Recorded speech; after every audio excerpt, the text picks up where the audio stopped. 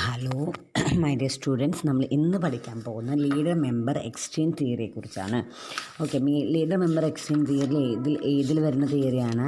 Contingency തിയറിയിൽ നമ്മൾ ഫെഡറേഴ്സിൻ്റെ contingency model പഠിച്ചു, പിന്നെ സിറ്റുവേഷൻ ലീഡർഷിപ്സ് പഠിച്ചു, ദെൻ LMX തിയറി.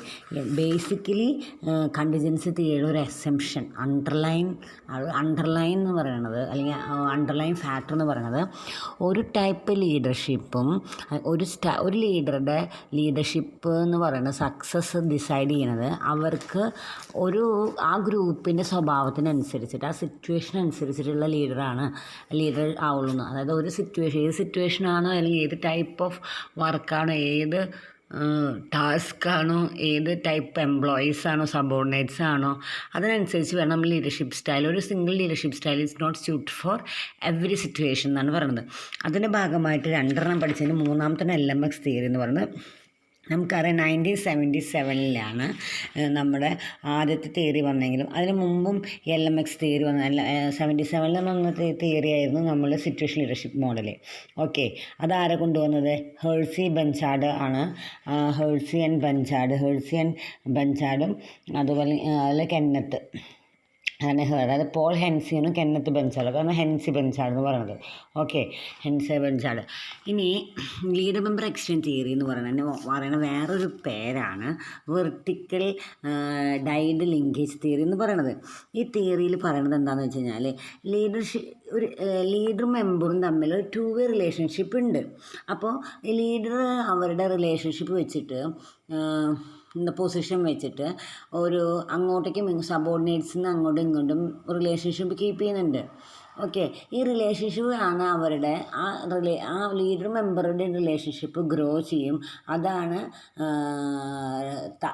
ഒരു ഓർഗനൈസേഷൻ വലുതാവാനും ഹിൻഡർ ആവാനുള്ള റീസൺ. അപ്പോൾ vertical dyad theory, DVL theory എന്ന് പറഞ്ഞ തിയറിയിൽ ഫോക്കസ് ചെയ്യുന്നത് കാരണം റിലേഷൻഷിപ്പിനാണ് important. Relationship between the managers and members of the theory. ഇതിൻ്റെ എസംഷൻ എന്ന് വെച്ച് കഴിഞ്ഞാൽ each of their subordinates LMX തിയറിയിൽ റിലേഷൻഷിപ്പിനെ ഇൻഫ്ലുവൻസ് ചെയ്യും. അതിനനുസരിച്ചിട്ടായിരിക്കും. അതായത് ഈ ഓർഗനൈസേഷൻ സക്സസ് പോസിറ്റീവ് റിലേഷൻഷിപ്പ് ആണെങ്കിൽ ലീഡറും സബോർഡിനേറ്റ് ആണെങ്കിൽ ഓർഗനൈസേഷൻ സക്സസ് ആവും. ഓക്കെ, അല്ലെങ്കിൽ അത്ര സക്സസ് ആവില്ല. ലീഡറും അതുപോലെ സബോർഡിനേറ്റ് തമ്മിൽ റിലേഷൻഷിപ്പാണ്, അങ്ങോട്ടേക്ക് മ്യൂച്വലി എക്സ്ചേഞ്ച് റിലേഷൻഷിപ്പാണ്. സബോർഡിനേറ്റ്സ് ആയിട്ടുള്ള റിലേഷൻഷിപ്പ് ബേസിലാണ് ചെയ്യുക. അത് മേജർ പ്രിവീലിംഗ് ലീഡർഷിപ്പ് സ്റ്റൈൽ എന്ന് വെച്ച് കഴിഞ്ഞാൽ ഇതിലെ ഏറ്റവും പ്രത്യേകത എന്ന് വെച്ച് കഴിഞ്ഞാൽ ഈ leader members LMX theory leader എല്ലാ സബോർഡിനേറ്റ്സിനെയും ഒരുപോലെ കാണുന്നില്ല. ഓക്കെ, എല്ലാവരും ലീഡറുടെ മുമ്പിൽ ഈക്വൽ അല്ല.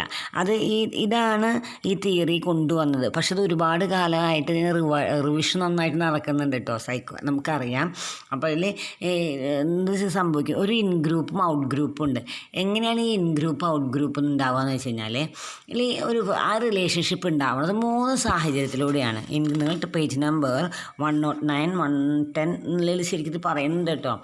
3 സ്റ്റേജിലൂടെയാണ് ഈ ലീഡർ അദ്ദേഹത്തിൻ്റെ കൂടെ ചേർക്കുന്ന ആൾക്കാരെയും കൂടെ ചേർക്കാത്ത ആൾക്കാരെയും ഡിസൈഡ് ചെയ്യുന്നത്. ആദ്യത്തെ സ്റ്റേജ് റോൾ ടേക്കിംഗ് ആണ്. ഈ റോൾ ടേക്കിംഗ് വെച്ച് കഴിഞ്ഞാൽ ഒരു ഓർഗനൈസേഷൻ ന്യൂ മെമ്പർ ജോയിൻ ചെയ്തു. അപ്പോൾ ലീഡർ അവിടെ സ്ഥിരമുണ്ട് കേട്ടോ, ലീഡറുണ്ട് അവിടെ. ഒരു പുതിയ മെമ്പർ വന്നപ്പോൾ അയാൾക്ക് അയാളുടെ കപ്പാസിറ്റി അയാൾ ഡെമോൺസ്ട്രേറ്റ് ചെയ്ത് കൊടുക്കും. അപ്പോൾ ഈ മാനേജർ ഇങ്ങനെ ഒബ്സർവ് ചെയ്യും. മാനേജർ യൂസ് ദിസ് ടൈം, അത് ആ റോൾ ടേക്കിംഗ് സമയത്ത് മാനേജർ യൂസ് ചെയ്യും. അസസ്മെൻറ്റിന് വേണ്ടിയിട്ടാണ് യൂസ് ചെയ്യുക.